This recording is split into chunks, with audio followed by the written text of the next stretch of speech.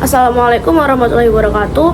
Nama saya Umi Reza Amanda dengan NPM 2311021106.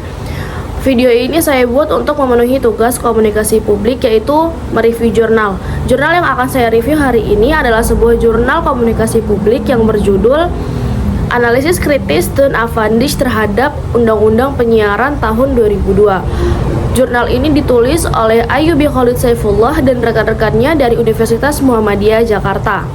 Jurnal ini membahas tentang bagaimana kebebasan pers di Indonesia diatur dalam Undang-Undang Penyiaran tahun 2002 serta bagaimana regulasi tersebut memengaruhi kebebasan media.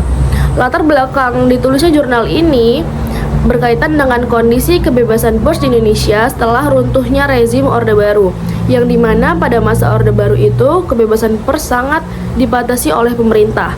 Banyak media yang tidak dapat menyampaikan kritik secara bebas karena adanya kontrol yang ketat dari negara. Namun, setelah reformasi pada tahun 1998, Indonesia mengalami perubahan yang besar dalam bidang demokrasi, yang dimana hal itu ditandai dengan adanya kebebasan pers. Lahirnya Undang-Undang Nomor 40 Tahun 1999 tentang pers yang memberikan jaminan kemerdekaan pers sebagai salah satu hak warga negara. Meskipun demikian, beberapa tahun setelah keluarnya undang-undang tersebut, pemerintah kembali mengeluarkan Undang-Undang Nomor 32 Tahun 2002 tentang penyiaran. Undang-undang ini mengatur berbagai hal yang berkaitan dengan penyiaran, seperti penggunaan frekuensi radio, perizinan lembaga penyiaran, serta pembentukan Komisi Penyiaran Indonesia atau KPI. Di satu sisi, regulasi ini dapat mengatur bagaimana kebebasan pers di Indonesia.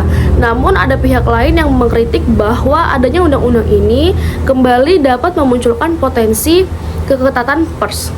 Dalam hasil penelitian dari jurnal ini menunjukkan bahwa dalam undang-undang tersebut, penyiaran sering digambarkan sebagai alat untuk menjaga integritas nasional, moralitas masyarakat, dan juga stabilitas negara. Oleh karena itu, media penyiaran tidak hanya dipandang sebagai alat untuk bertukar informasi dan penyampaian informasi, tetapi juga sebagai alat yang harus mendukung kepentingan nasional. Hal ini terlihat dari berbagai aturan yang menekankan kewajiban lembaga penyiaran untuk mematuhi nilai-nilai moral, agama, serta kepentingan negara, dan juga untuk menjaga agar tidak adanya unsur rasis ataupun hanya untuk kepentingan kelompok tertentu. Nah, selain itu, undang-undang ini juga memberikan kewenangan yang cukup besar kepada Komisi Penyiaran Indonesia atau biasa kita kenal dengan KPI untuk mengawasi isi siaran dan juga memberikan sanksi kepada lembaga penyiaran yang melanggar aturan. Walaupun KPI disebut sebagai lembaga independen, proses pembentukannya melalui mekanisme politik yang mungkin beberapa pihak mempertanyakan tingkat independensinya. Kondisi ini dapat menimbulkan kekhawatiran bahwa pengawasan terhadap media dapat dipengaruhi oleh kepentingan tertentu.